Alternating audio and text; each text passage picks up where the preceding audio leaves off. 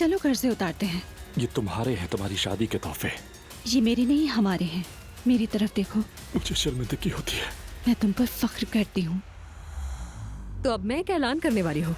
मैंने और रमीज ने जल्द शादी करने का फैसला किया है। जबरदस्त। क्या मतलब? 2 दिन में सब कुछ मुकम्मल। और वो क्यों? अब्दुल्ला साहब, आप काफी देर से खामोश हैं। सब ठीक तो है ना? खैरियत कुछ हुआ है क्या? नहीं बाबा, कुछ नहीं हुआ।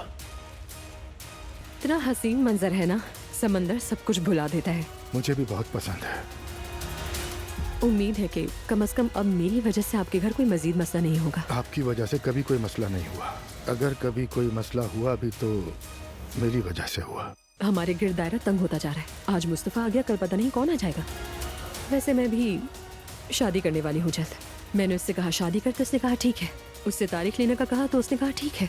आपकी तरह नहीं कि दुनिया क्या कहेगी। मेरा और रमीज का मवाजना मत कीजिए। मुझसे वादा करें कि आप नहीं आएंगे मेरी शादी में, ठीक है?